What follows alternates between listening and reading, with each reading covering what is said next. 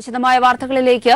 താൻ അമേഠിയിൽ നിന്ന് മത്സരിക്കുമെന്നും ഉത്തർപ്രദേശിൽ നിന്നുള്ള എംപിയായി തുടരുമെന്നും രാഹുൽ ഗാന്ധി ഒരു ഹിന്ദി ദിനപത്രത്തിന് നൽകിയ അഭിമുഖത്തിലാണ് പ്രതികരണം. കേരളത്തിലും തമിഴ്നാട്ടിലും ബിജെപി ധ്രുവീകരണം ഉണ്ടാക്കാൻ ശ്രമിച്ചുവെന്നും ദക്ഷിണേന്ത്യയിൽ നിന്ന് മത്സരിക്കണമെന്ന ആവശ്യം ഉയരാൻ കാരണം മോദിയെന്നും രാഹുൽ ഗാന്ധി.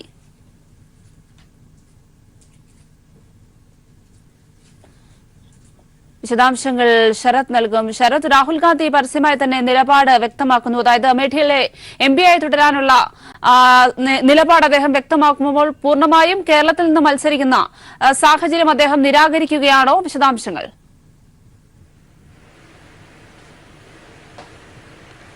ക്രിസ്ത്യൻ, ഈ ഒരു ഘട്ടത്തിൽ അദ്ദേഹം രണ്ടാമതൊരു മണ്ഡലം എന്നുള്ള രീതിയിൽ കേരളത്തിൽ നിന്നും മത്സരിക്കുമോ എന്നതിനെ സംബന്ധിച്ചുള്ള വ്യക്തമായ ഒരു വിശദീകരണം നൽകുന്നില്ല.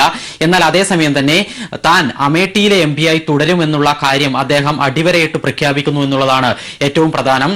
കോൺഗ്രസ് അധ്യക്ഷൻ രാഹുൽ ഗാന്ധി 2 മണ്ഡലത്തിൽ നിന്ന് മത്സരിച്ചാലും അത് ഏതായാലും അമേഠി ആയിരിക്കും നിലനിർത്തുക എന്നുള്ളത് ഇതോടുകൂടി വ്യക്തമായിരിക്കുന്നു. നേരത്തെ രാഹുൽ ഗാന്ധി 2 മണ്ഡലത്തിൽ വയനാട്ടിൽ മത്സരിക്കുന്നതുമായി ബന്ധപ്പെട്ടൊക്കെ തന്നെ ചർച്ചകൾ ഉണ്ടായിരുന്നു. അപ്പോൾ പല കോൺഗ്രസ് നേതാക്കന്മാരും പറഞ്ഞത് അമേഠിയിൽ രാജിവെച്ചുകൊണ്ട് അവിടെ മറ്റ് നേതാക്കന്മാരെ ആരെങ്കിലും പരിഗണിച്ച് കോൺഗ്രസ് അധ്യക്ഷൻ വയനാട്ടിൽ മത്സരിച്ച് വിജയിക്കുകയാണെങ്കിൽ വയനാട് മണ്ഡലം നിലനിർത്തുമെന്നായിരുന്നു. എന്നാൽ അദ്ദേഹം തന്നെ ഒരു ദേശീയ ദിനപത്രത്തിന് നൽകിയ അഭിമുഖത്തിൽ ഇപ്പോൾ വ്യക്തമാക്കിയിരിക്കുന്നു താൻ അമേഠിയിലെ എംപിയായി തുടരുമെന്നാണ്.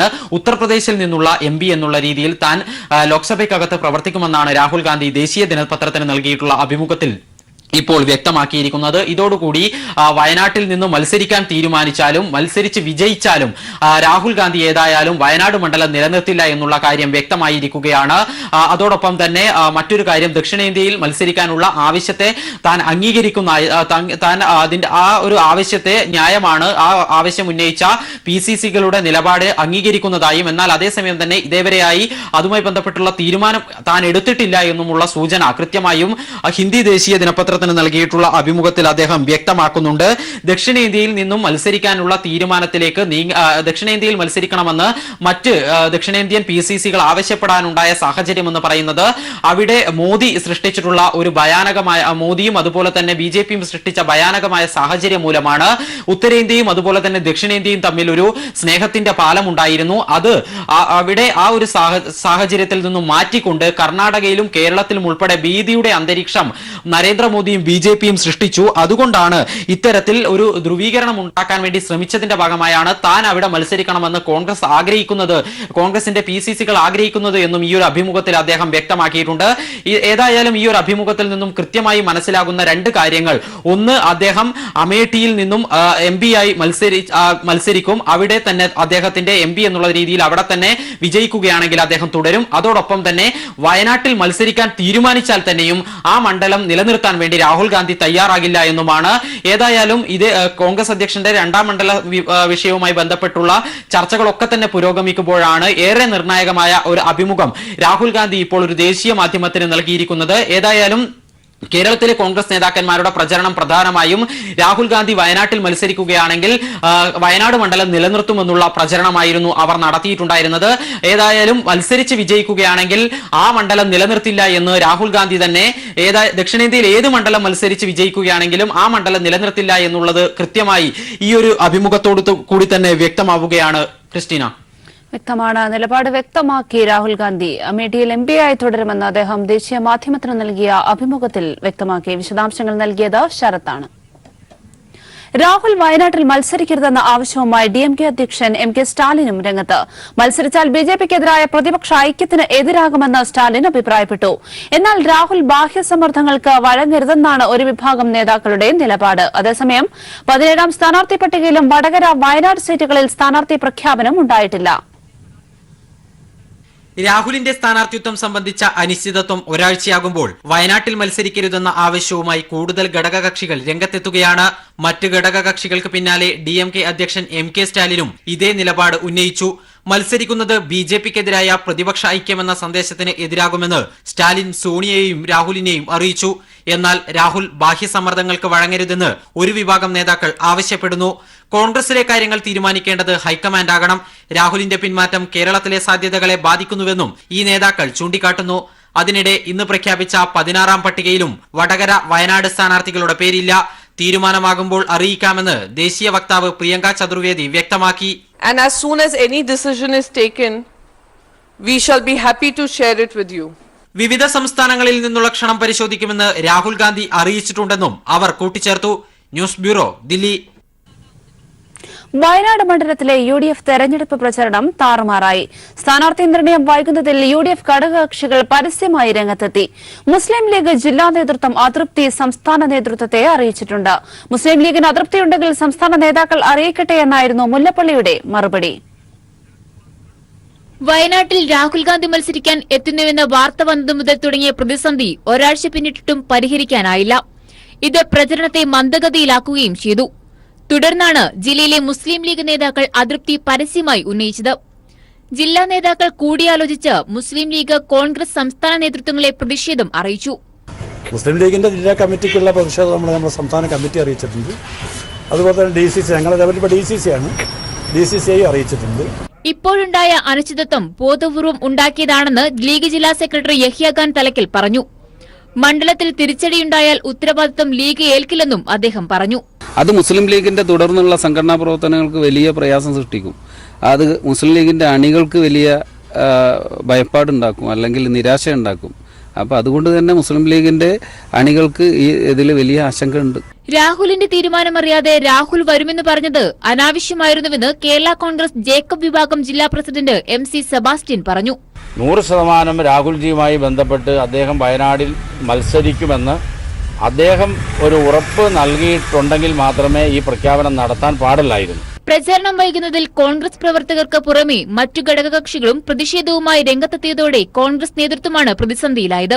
മുസ്ലിം ലീഗിന്റെ അതൃപ്തി സംസ്ഥാന നേതാക്കളാണ് അറിയിക്കേണ്ടത് എന്ന് മുല്ലപ്പള്ളി രാമചന്ദ്രൻ പ്രതികരിച്ചു. തീരുമാനം വൈകുന്നതിൽ അർത്ഥമൊന്നുമില്ല. നിങ്ങൾക്കറിയാം, കോൺഗ്രസ് ഒരുപാട് നടപടിക്രമങ്ങൾ പൂർത്തിയാക്കേണ്ടതായിട്ടുണ്ട്. ഒരു പ്രാദേശിക പാർട്ടിയല്ല കോൺഗ്രസ്. കോൺഗ്രസിന്റെ അഖിലേന്ത്യാ തെരഞ്ഞെടുപ്പ് കമ്മിറ്റിയുടെ യോഗം ഇടയ്ക്കിടെ സമ്മേളിക്കാറുണ്ട്. ഇന്നലെ രാത്രി സമ്മേളിച്ചിട്ടുണ്ട്. അർദ്ധരാത്രി കഴിഞ്ഞും ആ സമ്മേളനം നേരം പൊടുരുവോളം നടക്കുന്ന കാര്യവും നിങ്ങൾക്കെല്ലാത്തിനും അറിയാവുന്നതാണ്. തിരക്കിട്ട പര്യടനങ്ങൾക്കിടയിലും അദ്ദേഹം അത് പൂർത്തിയായിക്കൊണ്ടിരിക്കുകയാണ്. തീർച്ചയായിട്ടും ഈ കാര്യത്തിൽ ഒരു തീരുമാനമുണ്ടാകും തന്നെയാണ് ഞങ്ങളുടെ പ്രത്യാശ.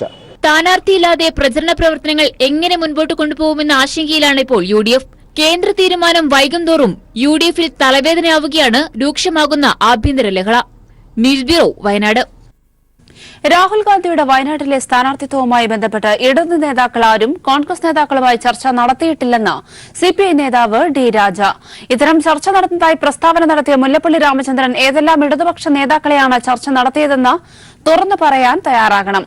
വയനാട് കോൺഗ്രസ് സ്ഥാനാർത്ഥിയായി ആര് മത്സരിച്ചാലും CPI ശക്തമായ തെരഞ്ഞെടുപ്പ് പ്രചരണ പരിപാടികളുമായി മുന്നോട്ടു പോകുമെന്നും D. രാജ വ്യക്തമാക്കി. No, who are those left leaders? We have not talked to any Congress leader on that Wayanad issue, or it is for Congress party. We have not spoken, and we are not in any talk with anybody at Delhi level.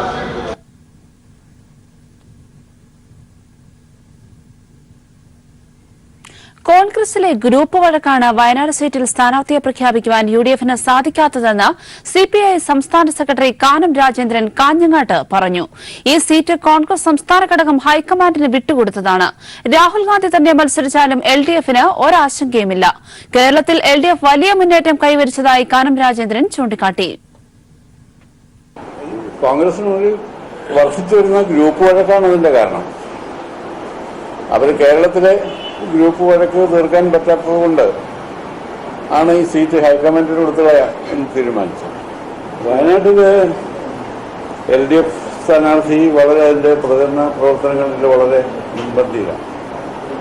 അതുകൊണ്ടിപ്പോൾ നാളെ ആര് സ്ഥാനാർത്ഥിയായിട്ട് വന്നാലും ഇടതുപക്ഷ ജനാധിപത്യ മുന്നണി തന്നെ ആ പ്രവർത്തനങ്ങളിൽ മുന്നോട്ട് പോകും. വയനാട്ടിലെ ആളുകൾക്ക് ഇപ്പോൾ കടുവ വന്നു, അതുപോലെ തന്നെ പുലി ഇറങ്ങുന്നുണ്ട്.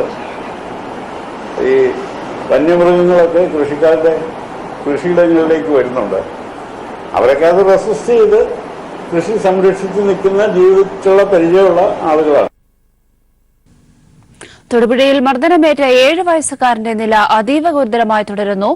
തലച്ചോറിനേറ്റ ക്ഷതത്തെ തുടർന്ന് കുട്ടിക്ക് ആന്തരിക രക്തസ്രാവം ഉണ്ടായിട്ടുണ്ട്. തൊടുപുഴ ഡിവൈഎസ്പി KP ജോസിന്റെ നേതൃത്വത്തിലുള്ള പോലീസ് സംഘമെത്തി കുട്ടിയുടെ അമ്മയുടെ മൊഴി രേഖപ്പെടുത്തി. പ്രതി അരുൺ കുട്ടികളെ മുൻപും മർദ്ദിച്ചിരുന്നതായും അമ്മ മൊഴി നൽകി. ഇളയ കുട്ടിയെ മൂത്രമൊഴിപ്പിക്കാതെ കിടത്തിയതിനെ തുടർന്നാണ് 7 വയസ്സുകാരന് ക്രൂരമായ മർദ്ദനം ഏൽക്കേണ്ടി വന്നത്. പുലർച്ചെ കുട്ടികളുടെ അമ്മയ്ക്കൊപ്പം പുറത്തുപോയി വന്ന പ്രതി ഇതേ തുടർന്ന് ഉറങ്ങിക്കിടക്കുകയായിരുന്ന 7 വയസ്സുകാരനെ ചവിട്ടിത്തെറിപ്പിച്ചു. മർദ്ദനത്തെ തുടർന്നുണ്ടായ ആന്തരിക രക്തസ്രാവമാണ് 7 വയസ്സുകാരന്റെ ആരോഗ്യസ്ഥിതി വഷളാക്കുന്നത്. തലയോട്ടിയുടെ പിൻഭാഗത്ത് പൊട്ടലും തലച്ചോറിന് ക്ഷതവും ഏറ്റിട്ടുണ്ട്. അടിയന്തര ശസ്ത്രക്രിയ നടത്തിയെങ്കിലും തലച്ചോറിൽ കാര്യമായ പരിക്കുകൾ ഉണ്ടെന്ന് ഡോക്ടർ പറഞ്ഞു. ശരീരമാസകലം പരിക്കുണ്ട്. ഏറ്റവും കൂടുതൽ പരിക്ക് തലയോട്ടിക്കും തലച്ചോറിനുമാണ്. തലയോട്ടിക്ക് ഫ്രാക്ചറും തലച്ചോറിനുള്ളിൽ രക്തസ്രാവവും ഉണ്ടായിട്ടുണ്ട്. ശ്വാസകോശത്തിനും വയറിനുള്ളിലും എയർ ലീക്ക് ഉണ്ടായിട്ടുണ്ട്. ശരീരമാസകലം ചതവുകളും. പ്രതി അരുൺ കുട്ടികളെ മുൻപും മർദ്ദിക്കാറുണ്ടായിരുന്നുവെന്ന് കുട്ടിയുടെ അമ്മ പോലീസിന് മൊഴി നൽകി. മർദ്ദനത്തിനിടെ ഷെൽഫിന്റെ ഇടയിലേക്ക് കുട്ടിയെ വലിച്ചെറിഞ്ഞപ്പോൾ തലച്ചോറിന് സംഭവിച്ച ഗുരുതര പരിക്കാണ് കുട്ടിയുടെ നില അതീവ ഗുരുതരമായി തുടരാൻ കാരണമെന്ന് അമ്മയുടെ മൊഴിയെടുത്ത തൊടുപുഴ ഡിവൈഎസ്പി KP ജോസ് പറഞ്ഞു. ആദ്യം തന്നെ ചവിട്ടുക ചെയ്തത്. പിന്നെ താഴ്ത്ത് വീണ കുട്ടിയെ ബെഡിലേക്ക് എടുത്തിട്ട് പിന്നെ വലിച്ചെറിയാണ് ഉണ്ടായത്. അങ്ങനെയാണ് ഒരു ഷെൽഫിൻ്റെ ഇടയിലേക്ക് വീണിട്ട് ഈ കുട്ടിക്ക് തലയ്ക്ക് അത്ര പരിക്ക് പറ്റാനിടയത്. ആ വലിച്ചെറിയലിലാണ് പറ്റിയിട്ടുള്ളത്. വനിതാ ശിശുക്ഷേമ വകുപ്പും ആശുപത്രിയിലെത്തി അമ്മയുടെ മൊഴി രേഖപ്പെടുത്തി. മൊഴിയുടെ അടിസ്ഥാനത്തിൽ വിശദമായ റിപ്പോർട്ട് ഡയറക്ടർക്ക് സമർപ്പിക്കുമെന്ന് CDPO പ്രീത പറഞ്ഞു. പൂർണ്ണമായും വെന്റിലേറ്ററിന്റെ സഹായത്തോടെയാണ് കുട്ടിയുടെ ജീവൻ ഇപ്പോൾ നിലനിർത്തിയിരിക്കുന്നത്. എന്നാൽ മരുന്നുകളോടോ അല്ലെങ്കിൽ ചികിത്സയോടോ കുട്ടി ഇതുവരെ പ്രതികരിക്കാത്തതും ഡോക്ടർമാരിൽ ആശങ്കയുണ്ടാക്കുന്നു. പ്രാർത്ഥനകളുമായി കോലഞ്ചേരി ആശുപത്രിക്ക് മുന്നിൽ നിന്നും പീപ്പിൾ TVക്ക് വേണ്ടി വിഷ്ണുപ്രസാദ്. അതേസമയം കുട്ടിക്ക് മർദ്ദനമേറ്റ സംഭവത്തിൽ അമ്മയുടെ സുഹൃത്തായ തിരുവനന്തപുരം സ്വദേശി അരുൺ ആനന്ദിന്റെ അറസ്റ്റ് പോലീസ് രേഖപ്പെടുത്തി. ഇയാൾക്കെതിരെ വധശ്രമത്തിന് പോലീസ് കേസെടുത്തു. സംഭവത്തിൽ ബാലാവകാശ കമ്മീഷൻ സ്വമേധയാ കേസെടുത്തിട്ടുമുണ്ട്.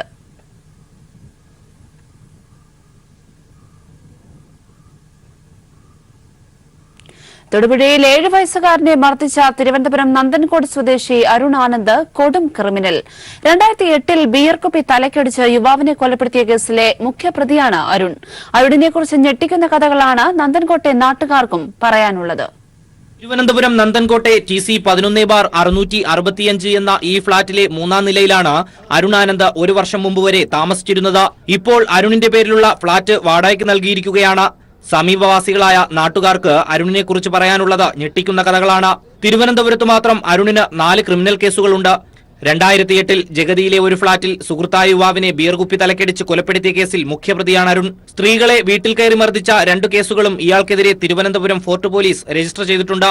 പ്രത്യേകിച്ച് തൊഴിലൊന്നുമില്ലാതെ എപ്പോഴും മദ്യപിച്ച് ബോധമില്ലാതെ നടക്കുന്ന അരുണിനെ നാട്ടുകാർക്ക് പേടിയാണ്. നന്ദൻകോട്ടെ ഫ്ളാറ്റിന് സമീപം താമസിക്കുന്നവരെ നിരവധി തവണ അരുൺ ആക്രമിച്ചിട്ടുണ്ട്.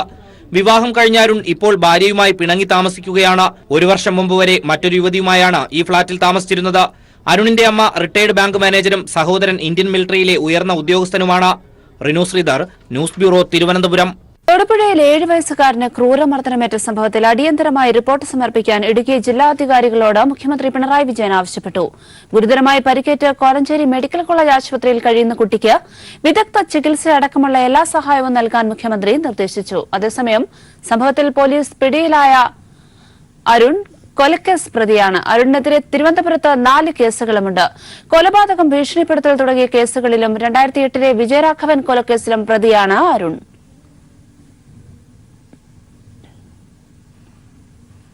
ഹൈബിയിടനെതിരായ ബലാത്സംഗ കേസിൽ അന്വേഷണം ഊർജിതമാണെന്ന ഇരയുടെ ഹർജി പരിഗണിച്ച ഹൈക്കോടതി അമിക്കസ് ക്യൂറിയെ നിയോഗിച്ചു. അഭിഭാഷക മിത സുധീന്ദ്രനാണ് അമിക്കസ് ക്യൂറി. പോലീസ് അന്വേഷണം തൃപ്തികരമല്ലെന്ന് ആരോപിച്ചാണ് ഇര കോടതിയെ സമീപിച്ചത്. കേസിന്റെ സാഹചര്യം പരിശോധിക്കുമ്പോൾ അമിക്കസ് ക്യൂറിയുടെ സഹായം ആവശ്യമെന്ന് ജസ്റ്റിസ് അലക്സാണ്ടർ തോമസ് പറഞ്ഞു. കേരളത്തിലെ കോൺഗ്രസിനുള്ളിൽ ഗ്രൂപ്പ് അതിപ്രസരം നിലനിൽക്കുന്നുണ്ടെന്ന് KV തോമസ്. സ്ഥാനാർത്ഥി നിർണയവുമായി ബന്ധപ്പെട്ട ഇത്തരം പ്രവണതകളെക്കുറിച്ച് PC ചാക്കോ പറഞ്ഞ അഭിപ്രായത്തോട് യോജിപ്പുണ്ട്. താൻ അടിസ്ഥാനപരമായി I ഗ്രൂപ്പുകാരനാണെങ്കിലും മത്സരം വരുമ്പോൾ ഗ്രൂപ്പിന് അതീതമായാണ് പ്രവർത്തിക്കാറുള്ളത്. തനിക്ക് സീറ്റ് നിഷേധിച്ചത് മാധ്യമങ്ങളിലൂടെ അറിയേണ്ടി വന്നതിൽ വേദനയുണ്ടെങ്കിലും ആരോടും പരിഭവമില്ല.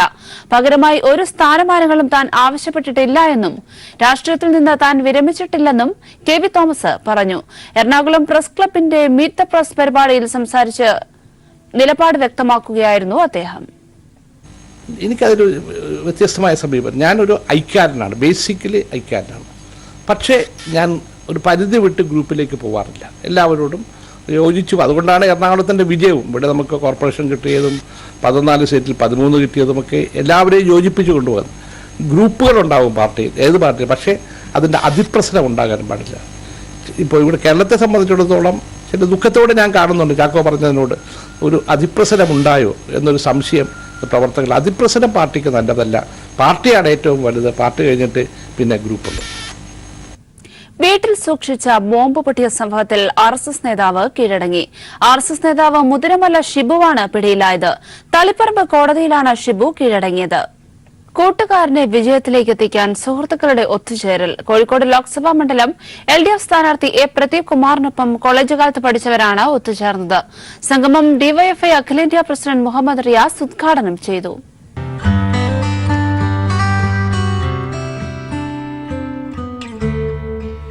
സഹപാഠിയെ വിജയത്തിലേക്ക് എത്തിക്കാൻ ഒത്തുചേർന്നവരാണിവർ. പഴയ കരുത്തനായ SFI നേതാവ് ഇന്ന് ലോക്സഭാ സ്ഥാനാർത്ഥിയാണ്. വർഷങ്ങൾക്ക് ശേഷം ഒത്തുചേർന്നപ്പോൾ ഏവർക്കും ഒരേയൊരു ആഗ്രഹം മാത്രം, A. പ്രദീപ് കുമാർ ജയിച്ചു വരണം. പഴയ കരുത്തനായ നേതാവിൽ പ്രതീക്ഷകൾ ഏറെ. പ്രദീപേട്ടൻ ഇപ്പം തന്നെ ഏതാണ്ട് ഒരു വലിയ മുന്നേറ്റം ഉണ്ടാക്കാൻ കഴിഞ്ഞിട്ടുണ്ട്. അതിന്റെ ഒരു ഓളം തന്നെയാണ് ഇന്നത്തെ പ്രവർത്തനത്തിനകത്ത് നമ്മൾ കാണുന്നത്. പ്രദീപേട്ടൻ പങ്കെടുക്കുന്ന ഏത് ചെറിയ യോഗങ്ങളിലായാലും ആളുകൾ തിങ്ങിക്കൂടുന്ന അവസ്ഥ. മാത്രമല്ല എതിരാളികളെ ഭാഗത്തുനിന്ന് പോലും പ്രദീപേട്ടനെ സംബന്ധിച്ച് വോട്ട് വാഗ്ദാനം ചെയ്യുന്ന രീതിയിലേക്ക് ഇന്ന് വന്നിട്ടുണ്ട്. അതിന് എത്രയോ നമ്മളെ ഇടതുപക്ഷത്തോട് ആഭിമുഖ്യമില്ലാത്ത ആളുകൾ പോലും ഇന്ന് A. പ്രദീപ് കുമാർ സ്ഥാനാർത്ഥിയാണ് എന്നതുകൊണ്ട് തന്നെ പ്രദീപേട്ടന് ഇന്ന് വോട്ട് കൊടുക്കുമെന്ന് പറഞ്ഞ് രംഗത്ത് വരുന്ന സ്ഥിതിയാണുള്ളത്.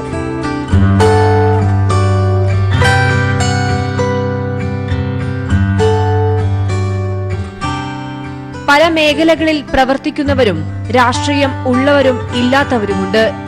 ഉദ്യോഗസ്ഥരും വീട്ടമ്മമാരുമുണ്ട്. കൊടും ചൂടിനിടയിലും മിക്കവരും തങ്ങളുടെ സ്വന്തം പ്രദീപനായി ഒത്തുചേർന്നു.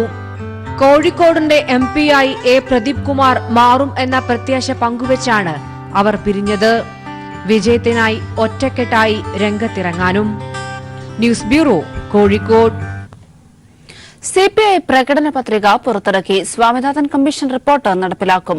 തൊഴിലാളികൾക്ക് ഏറ്റവും കുറഞ്ഞത് 9,000 രൂപ പെൻഷൻ ഏർപ്പെടുത്തുമെന്നും ദില്ലിയിൽ പുറത്തിറക്കിയ പ്രകടന പത്രികയിൽ CPI വാഗ്ദാനം ചെയ്യുന്നു. ദേശീയ സെക്രട്ടറി D. രാജയും ദേശീയ എക്സിക്യൂട്ടീവ് അംഗങ്ങളുമാണ് പ്രകടന പത്രിക പുറത്തിറക്കിയത്. BJPയും വർഗീയ രാഷ്ട്രീയത്തെയും തോൽപ്പിക്കുക എന്ന ആഹ്വാനത്തോടെയാണ് കമ്മ്യൂണിസ്റ്റ് പാർട്ടി ഓഫ് ഇന്ത്യ പ്രകടന പത്രിക പുറത്തിറക്കിയത്.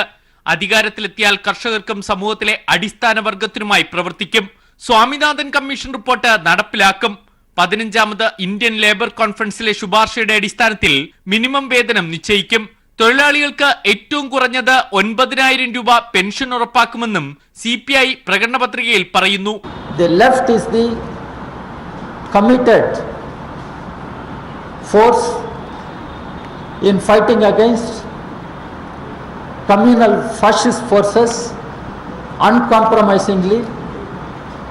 Left is the committed force in fighting for the interests of the economically exploited, socially oppressed, politically marginalized sections of our people.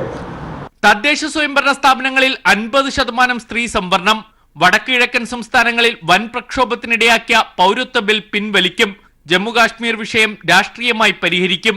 ദില്ലിക്കും പുതുച്ചേരിക്കും സ്വതന്ത്ര സംസ്ഥാന പദവി നൽകുമെന്നും 17ാം ലോക്സഭാ തെരഞ്ഞെടുപ്പ് പ്രകടന പത്രികയിൽ CPI വ്യക്തമാക്കി.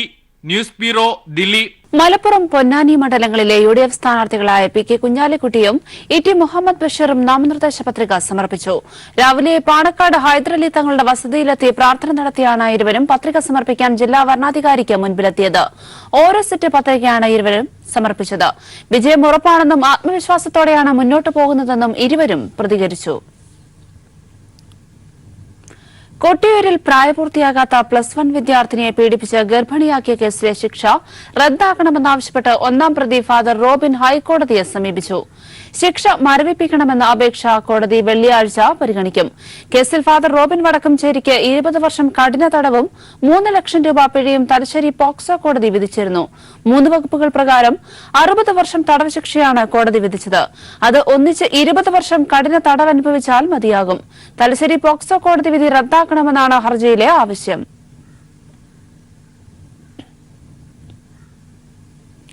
സംസ്ഥാനത്ത് അതികഠിനമായ ചൂട് തുടരുമെന്ന മുന്നറിയിപ്പ്. ചൂടിനെതിരെയുള്ള ജാഗ്രതാ നിർദ്ദേശം ഞായറാഴ്ച വരെ നീട്ടി. ശരാശരിയിൽ നിന്നും 2 മുതൽ 3 ഡിഗ്രി സെൽഷ്യസ് വരെ താപനില ഉയരുമെന്നാണ് മുന്നറിയിപ്പ്. താപതീവ്രതയുടെ തോതും ഉയർന്നേക്കും. തെരഞ്ഞെടുപ്പ് രംഗത്ത് പ്രചരണത്തിലേർപ്പെടുന്നവർ, പോലീസ് ഉദ്യോഗസ്ഥർ, വെയിലിൽ തൊഴിലെടുക്കുന്നവർ തുടങ്ങിയവർ ജാഗ്രത പാലിക്കണമെന്നും നേരിട്ട് സൂര്യപ്രകാശം ഏൽക്കാതിരിക്കാൻ ശ്രദ്ധിക്കണമെന്നും കാലാവസ്ഥാ വകുപ്പും സംസ്ഥാന ദുരന്ത നിവാരണ അതോറിറ്റിയും നിർദ്ദേശിച്ചു.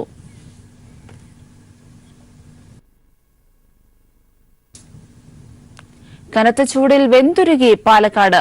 തുടർച്ചയായി 4ാം ദിവസവും പാലക്കാട് 41 ഡിഗ്രി സെൽഷ്യസ് ചൂട് രേഖപ്പെടുത്തി. ചൂട് കനക്കുന്ന സാഹചര്യത്തിൽ ജോലി സമയം ക്രമീകരിക്കുന്നതുൾപ്പെടെയുള്ള ജാഗ്രതാ നിർദ്ദേശം ജില്ലാ ഭരണകൂടവും നൽകിയിട്ടുണ്ട്. മീനച്ചൂട് കത്തിക്കാളുകയാണ്. തുടർച്ചയായ 4ാം ദിവസവും പാലക്കാട് 41 ഡിഗ്രി സെൽഷ്യസ് ചൂട് രേഖപ്പെടുത്തി. ചരിത്രത്തിലാദ്യമായാണ് പാലക്കാട് തുടർച്ചയായ ദിവസങ്ങളിൽ ഇത്രയും ഉയർന്ന ചൂട് രേഖപ്പെടുത്തുന്നത്. വരും ദിവസങ്ങളിലും ചൂട് വർദ്ധിക്കാനാണ് സാധ്യത. ചൂടിന്റെ കാഠിന്യത്തിൽ യാത്രക്കാരും വ്യാപാരികളും തൊഴിലാളികളും വിദ്യാർത്ഥികളുമെല്ലാം ദുരിതമനുഭവിക്കുകയാണ്. ഉഷ്ണിച്ചിട്ട് നടക്കാൻ വയ്യ, അതോടെ നമ്മൾ കൊടയൊക്കെ സേഫ്റ്റി ആയിട്ട് കൊണ്ടുവരികയാണ്. അപ്പോൾ അത് നമ്മൾക്കൊന്നും പറയാൻ പറ്റില്ല, പ്രകൃതിയിൽ വരുന്നതാണല്ലോ. പിന്നെ ഒരുപാട് പേര് ചൂട് തട്ടിയിട്ടൊക്കെ പൊള്ളലേൽക്കുന്നതൊക്കെ ശരിയാണ്. ഇത്രയ്ക്ക് ചൂട് ഇത്ര കാലം അനുഭവപ്പെട്ടിട്ടില്ല. ബാക്കിൽ ഹെൽമെറ്റ് ഇരിക്കേണ്ട അവസ്ഥയാണ്, ഫ്രണ്ടിൽ ഹെൽമെറ്റിന് കാര്യമില്ല. രാവിലെ നേരത്തെ ഇറങ്ങും, വൈകുന്നേരം ഒരു 4 മണിക്ക് ശേഷം. കൈയെല്ലാം സൈഡെല്ലാം പൊട്ടുക, ചൂടെടുത്തിട്ട് പൊള്ളുക, കരിവാളിച്ച പോലെ ആകുക. അതിയായ ചൂടാണ്. 5-6 മണിയായാലും ചൂടിന് കമ്മിയില്ല. ജില്ലയിലെ വിവിധ മേഖലകളിലായി ഇതുവരെ 23 പേർക്ക് സൂര്യാതപമേറ്റുവെന്നാണ് ഔദ്യോഗിക കണക്ക്. ഇതിനു പുറമെ ചികിത്സ തേടാത്ത നിരവധി പേർ ജില്ലയിലുണ്ട്. സൂര്യാതപസാരത കണക്കിലെടുത്ത് ജോലി സമയം ക്രമീകരിക്കുന്നതും 11 മണിക്കും 3 മണിക്കുമിടയിൽ വെയിലേൽക്കുന്നത് ഒഴിവാക്കുന്നതും ഉൾപ്പെടെയുള്ള ജാഗ്രതാ നിർദ്ദേശം ജില്ലാ ഭരണകൂടം ജനങ്ങൾക്ക് നൽകിയിട്ടുണ്ട്. ചൂടിന്റെ കാഠിന്യം വർദ്ധിച്ചതോടെ പുഴകളും ജലാശയങ്ങളും വറ്റിത്തുടങ്ങിയിട്ടുണ്ട്. ഡാമുകളിലും ജലനിരപ്പ് കുറഞ്ഞു തുടങ്ങി. വേനൽ കടുക്കുന്നതോടെ കുടിവെള്ളത്തിനും കൃഷിയാവശ്യങ്ങൾക്കുമുള്ള ജലത്തിന് ദൗർലഭ്യം നേരിടേണ്ടി വരുമെന്ന ആശങ്ക ഉയരുന്നുണ്ട്.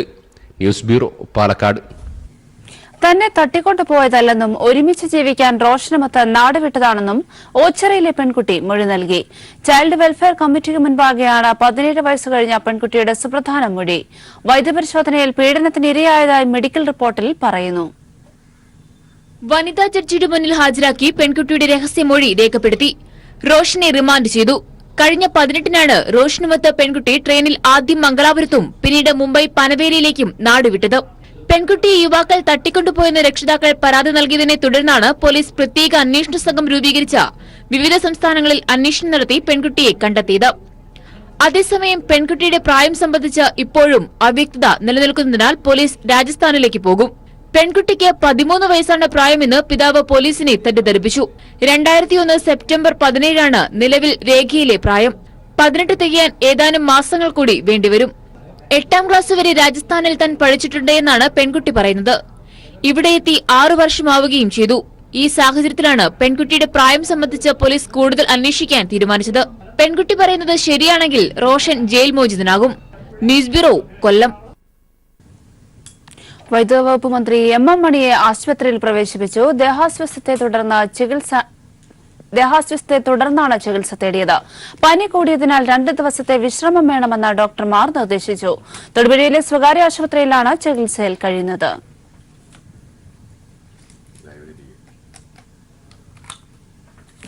തലശ്ശേരിയുടെ മണ്ണിൽ തരംഗം സൃഷ്ടിച്ച് വടകര മണ്ഡലം LDF സ്ഥാനാർത്ഥി പി ജയരാജൻ. തലശ്ശേരി നിയോജക മണ്ഡലത്തിൽ പര്യടനം നടത്തിയ പി ജയരാജന് ലഭിച്ചത് വീരോചിത വരവേൽപ്പ്. ജയരാജന് കെട്ടിവെക്കാനുള്ള പണം തലശ്ശേരിയിലെ പ്രശസ്തമായ എക്കണ്ടിയൽ കുടുംബം കൈമാറി. നാടും നഗരവും ഇളക്കിമറിച്ചുകൊണ്ടായിരുന്നു പി ജയരാജന്റെ തലശ്ശേരി നിയോജക മണ്ഡലത്തിലെ പര്യടനം. സ്വീകരണ കേന്ദ്രങ്ങളിൽ ഉത്സവ പ്രതീതി, വാദ്യഘോഷവും മുത്തുക്കുടകളും തനത് കലാരൂപങ്ങളും അണിനിരുന്ന ഘോഷയാത്രയോടെയാണ് തലശ്ശേരിയുടെ മണ്ണ് ജയരാജന് വീരോചിത വരവേൽപ്പ് നൽകിയത്.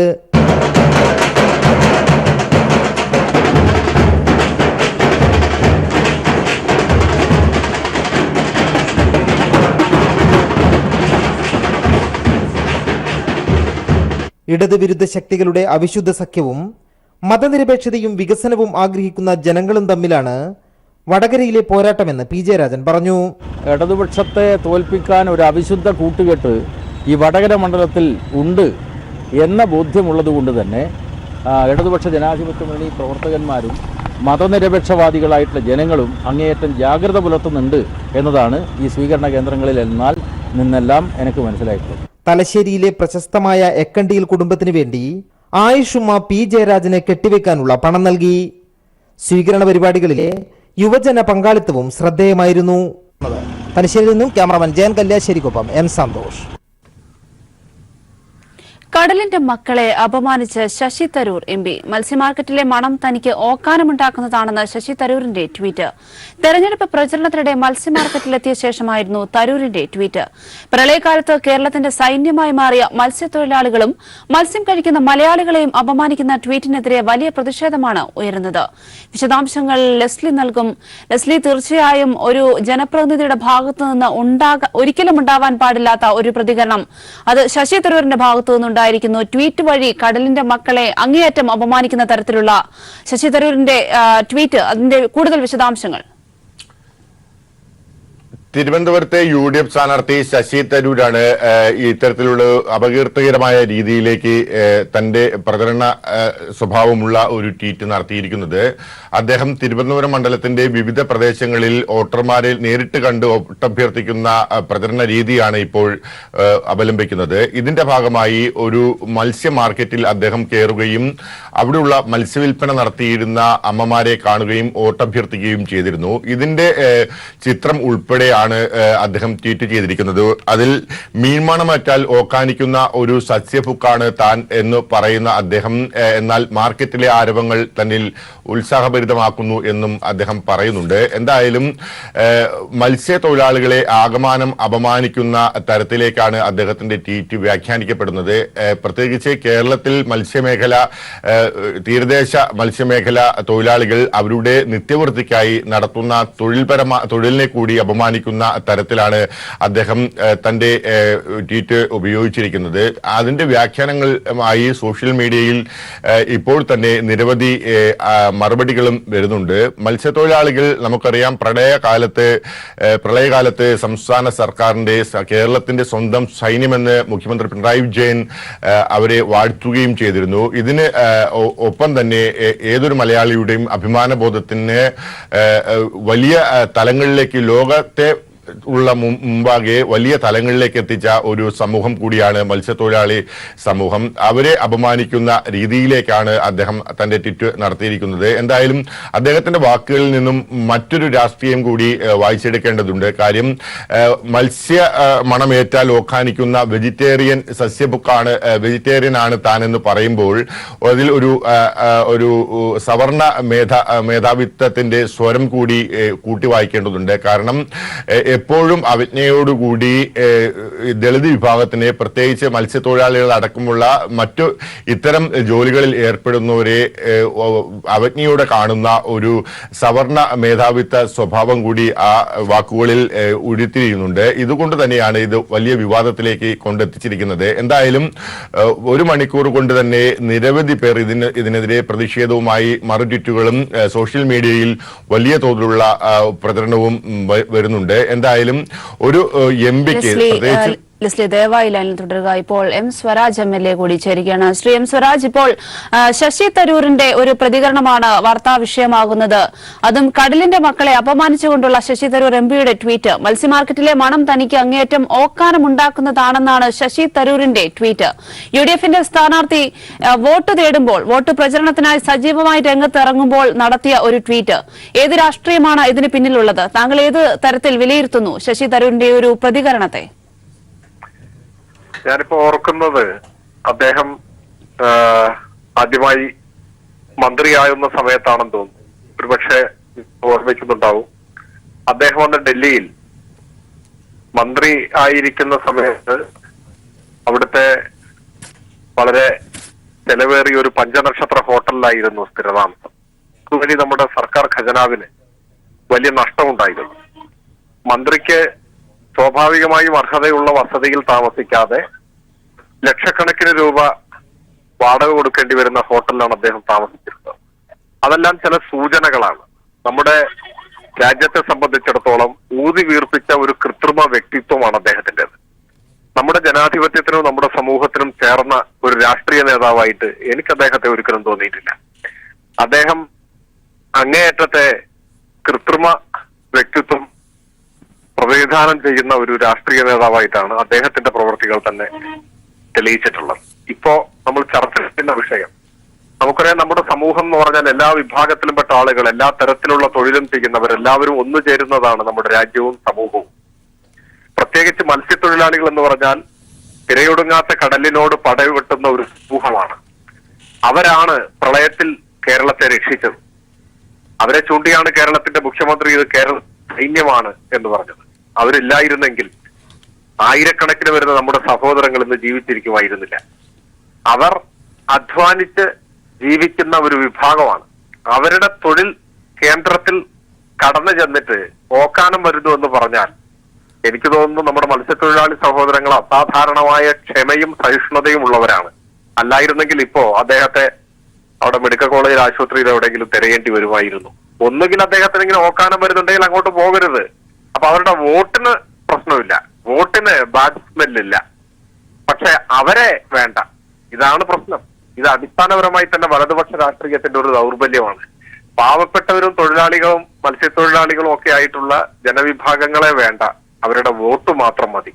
ഇതാണ് ഇപ്പൊ തെളിഞ്ഞിട്ടുള്ളത്. തീർച്ചയായും ശ്രീ എം സ്വരാജ്, അത് തന്നെയാണ്. വോട്ട് അഭ്യർത്ഥിച്ച് പോയിട്ടാണ് ഇത്തരത്തിൽ മത്സ്യത്തൊഴിലാളികളെ അവഹേളിക്കുന്ന അല്ലെ അങ്ങേയറ്റം തനിക്ക് മത്സ്യത്തിന്റെ അല്ലെങ്കിൽ മത്സ്യ മാർക്കറ്റിലെ മണം തനിക്ക് അങ്ങേയറ്റം ഓക്കാനമുണ്ടാക്കുന്നുവെന്ന് ശശി തരൂർ പ്രതികരിക്കുമ്പോൾ UDFന്റെ സ്ഥാനാർത്ഥി അത് സാധാരണക്കാരന്റെ ഒരു വികാരവും മനസ്സിലാക്കുന്നതല്ല, അല്ലെങ്കിൽ ഈ ഒരു സ്ഥാനാർത്ഥിത്വം വഹിക്കാൻ ഒരു തരത്തിലും അർഹതയില്ലാത്ത ഒരു വ്യക്തി എന്ന തരത്തിൽ തന്നെയല്ലേ ഈ ട്വീറ്റിനെ നമ്മൾ വ്യാഖ്യാനിക്കേണ്ടത്? ഞാൻ അങ്ങനെ തന്നെയാണ് കണക്കാക്കുന്നത്. അദ്ദേഹത്തിന് ജനപ്രതിനിധിയായിരിക്കാൻ അർഹതയില്ല. എന്തുകൊണ്ടെന്നാൽ നമ്മുടെ സമൂഹം എല്ലാ വിഭാഗത്തിൽ പെടുന്നവരും ചേരുന്നതാണല്ലോ. ഇപ്പോ ഈ മണം അദ്ദേഹത്തിന് സഹിക്കാനാവുന്നില്ല പറഞ്ഞാൽ അതാണ് ഇന്ത്യയുടെ മണം. അത് അദ്ദേഹത്തിന് തിരിച്ചറിയാത്തത് കൊണ്ടാണ്. കർഷക തൊഴിലാളികൾ, പാടത്ത് പണിയെടുക്കുന്നവർ, ഫാക്ടറി തൊഴിലാളികൾ, കശുവണ്ടി ഫാക്ടറിയിലെ തൊഴിലാളികൾ, മത്സ്യത്തൊഴിലാളികൾ, ഇവരെല്ലാം ചേരുന്നതാണ് ഇന്ത്യ. അതല്ലാതെ പഞ്ചനക്ഷത്ര ഹോട്ടലിൽ എല്ലാ സുഖ സൗഭാഗ്യങ്ങളോടും കൂടി ജീവിക്കാൻ കഴിയുന്ന ചുറ്റുപാടുള്ള വിരലെണ്ണാവുന്നവരുടേതല്ല ഇന്ത്യ. ഇന്ത്യ സാധാരണക്കാരൻ്റെതാണ്, ആദിവാസിയുടേതാണ്, ചെരുപ്പ് കുത്തിയുടേതാണ്, കർഷക തൊഴിലാളിയുടേതാണ്. ആ യാഥാർത്ഥ്യം മനസ്സിലാക്കാനാവാതെ, ഇന്ത്യയെ ഇന്ത്യയായി കാണാനാകാതെ, ഇത് ഏതോ ശൂന്യാകാശത്തു നിന്നും പൊട്ടി വീണ പോലെയുള്ള ചില ആളുകൾ അവരുടെ ചില പ്രത്യേകമായ സ്വാധീനങ്ങളാൽ രാഷ്ട്രീയ നേതൃത്വങ്ങളിലേക്ക് പെട്ടെന്ന് എത്തിപ്പെടുന്നു. അവർ ഉന്നത സ്ഥാനങ്ങൾ വഹിക്കുന്നു. അതാണ് ഇന്ത്യ നേരിടുന്ന ഒരു ശാപം. ഈ നേതാവിനെ നോക്കൂ നിങ്ങൾ. അദ്ദേഹം ഏതെങ്കിലും ഒരു രാഷ്ട്രീയ പാർട്ടിയുടെ ഭാഗമായി പ്രവർത്തിച്ച പരിചയം അദ്ദേഹത്തിനുണ്ടോ? അദ്ദേഹം ഏതെങ്കിലും ഒരു സംഘടനയിൽ പ്രവർത്തിച്ച പാരമ്പര്യം അദ്ദേഹത്തിനുണ്ടോ? സാധാരണക്കാരായ ജനങ്ങളുടെ പ്രയാസങ്ങൾ മനസ്സിലാക്കിയോ? അവരുടെ കഷ്ടപ്പാടുകൾ കണ്ടോ? അവർ നേരിടുന്ന വെല്ലുവിളികൾ എന്താണെന്ന് തിരിച്ചറിഞ്ഞോ? അവർക്കിടയിൽ കടന്നു ചെന്നോ ഉള്ള ഒരു പരിചയം അദ്ദേഹത്തിനില്ല. ആ അനുഭവം അദ്ദേഹത്തിനില്ല. ചില പ്രത്യേകമായ പ്രചരണങ്ങളും മറ്റു ചില സംവിധാനങ്ങളും ഉപയോഗപ്പെടുത്തി, മറ്റു ചില ഘടകങ്ങൾ ഉപയോഗപ്പെടുത്തി തെരഞ്ഞെടുപ്പിൽ ജയിച്ചു കയറാൻ പറ്റും എന്ന് കണ്ട് കോൺഗ്രസ് ഇങ്ങനെയുള്ള ആളുകളൊക്കെ പിടിച്ചു നിർത്തുകയാണ്. അതിന്റെ ദുര്യോഗമാണ് അനുഭവിക്കുന്നത്. അദ്ദേഹം യഥാർത്ഥത്തിൽ ഇപ്പൊ പലരും അഭിപ്രായപ്പെടുന്നുണ്ട് അദ്ദേഹം മത്സ്യത്തൊഴിലാളികളെ അപമാനിച്ചു എന്ന്. അങ്ങനെയല്ല. അദ്ദേഹം നമ്മുടെ രാജ്യത്തെയാണ് അപമാനിക്കുന്നത്. അദ്ദേഹം ഓരോ ഭാരതീയനെയും ഓരോ മലയാളിയെയുമാണ് അപമാനിക്കുന്നത്. മത്സ്യത്തൊഴിലാളികളെ മാത്രമല്ല, മത്സ്യത്തൊഴിലാളികളെ സഹോദരങ്ങളായി കണക്കാക്കുന്ന നമ്മുടെ നാട്ടിലെ എല്ലാ മനുഷ്യരെയും അവഹേളിക്കുകയാണ്. ഒരിക്കലും ഒരു രാഷ്ട്രീയ നേതാവെന്നല്ല, ഒരു മനുഷ്യൻ അങ്ങനെ പറയാൻ പാടില്ലാത്ത, ഒരു മനുഷ്യൻ അങ്ങനെ പറയാൻ പാടില്ലാത്ത അദ്ദേഹം ഈ രാജ്യത്തെ ജനങ്ങളോട് മാപ്പ് പറയേണ്ടതാണ്. അത് തിരുത്തണം, മാപ്പ് പറയണം. അദ്ദേഹത്തിന് സ്ഥാനാർത്ഥിയായിട്ട് മത്സരിക്കാനോ ജനങ്ങളെ പ്രതിനിധാനം ചെയ്യാനോ ഒന്നുള്ള ധാർമ്മികമായ അവസ്ഥയില്ല. തീർച്ചയായും വളരെ നന്ദി ശ്രീ എം സ്വരാജ്. ഒരു വിഷയത്തിൽ പ്രതികരിച്ചതിന്. കടലിന്റെ മക്കളെ അപമാനിച്ച ശശി തരൂർ എംപിയുടെ ട്വീറ്റ് അങ്ങേയറ്റം ഗൗരവതരമെന്ന് എം സ്വരാജ് MLA പ്രതികരിക്കുകയായിരുന്നു. ഇപ്പോൾ നമ്മുടെ പ്രതിനിധി ലസ്ലിയിലേക്ക് കൂടി ചേരുകയാണ്. ലസ്ലി, UDFന്റെ പ്രതിനിധി ശശി തരൂർ പ്രചരണ രംഗത്ത് സജീവമാകുമ്പോൾ അദ്ദേഹം എടുത്തു പറയുന്ന കാര്യങ്ങൾ കഴിഞ്ഞ 10 വർഷമായി അദ്ദേഹം കേന്ദ്രം പിന്തുണയ്ക്കാത്ത പല പദ്ധതികൾ പോലും ശശി തരൂരിന്റെ സ്വാധീനം ഉപയോഗിച്ച് അദ്ദേഹത്തിന്റെ സ്വകാര്യ സ്വാധീനം ഉപയോഗിച്ച പല കാര്യങ്ങളും നടത്തിയെടുത്തു, പല പദ്ധതികളും പ്രാവർത്തികമാക്കി എന്ന തരത്തിലൊക്കെ വളരെ നല്ല ഭാഷയിൽ അദ്ദേഹം തന്റെ പ്രവർത്തനങ്ങളെ വികസനങ്ങളാക്കിയൊക്കെ പറഞ്ഞ് പ്രചരണ രംഗത്ത് സജീവമാകുമ്പോഴാണ് ഇത്തരത്തിൽ, അതും പ്രളയ സമയത്ത് യാതൊരു തരത്തിലും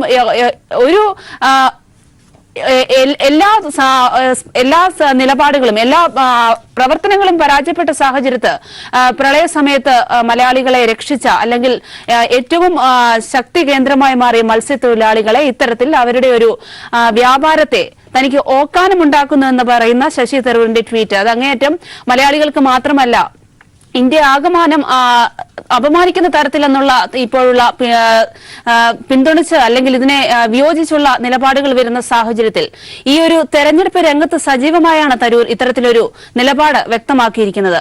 ഒരു തരത്തിലും ഒരു പ്രതിനിധിയാകാൻ UDFന്റെ പ്രതിനിധിയാകാൻ അല്ലെങ്കിൽ സ്ഥാനാർത്ഥിത്തിന് അർഹതയില്ലാത്ത ശശി തരൂരിന്റെ ഭാഗത്തുനിന്നുണ്ടായ ഈ ഒരു വീഴ്ച അത് എത്രത്തോളം ഗുരുതരമാണ്? കൃഷി ശശി തരൂർ അപമാനിച്ചത് കേവലം മത്സ്യത്തൊഴിലാളികളെ മാത്രം അല്ല എന്നുള്ള ഒരു തരത്തിലുള്ള ഒരു വ്യാഖ്യാനമാണ് അദ്ദേഹത്തിന്റെ ട്വിറ്ററിന് മറുപടിയായി പല മേഖലകളിൽ നിന്നും സോഷ്യൽ മീഡിയ വഴി ഇപ്പോൾ എതിർപ്പ് ഉയരുന്നത്.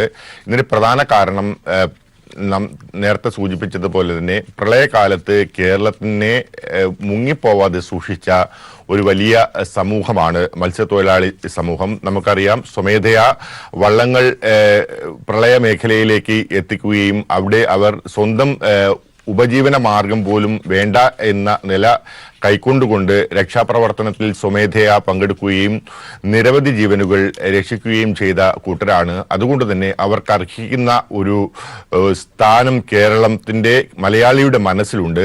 ആ മനസ്സ് തിരിച്ചറിയാതെയുള്ള വാക്കുകളാണ് ശശി തരൂരിന്റെ ഭാഗത്തുനിന്നുണ്ടായിരിക്കുന്നത് എന്നുള്ളത് സ്പഷ്ടമാണ്. കാരണം എപ്പോഴും സവർണ മേധാവിത്വ രുചികൾ മാത്രമുള്ള സസ്യബുക്കായി താൻ ശശി തരൂർ സ്വയം പ്രഖ്യാപിക്കുമ്പോൾ പാവപ്പെട്ടവന്റെ മത്സ്യ മേഖലയെ അവഗണിക്കുകയും ആ മേഖലയിൽ പണിയെടുക്കുന്നവനെ നാറുന്നു എന്ന് പറഞ്ഞു വെക്കുകയുമാണ് ശശി തരൂർ ചെയ്തിരിക്കുന്നത്.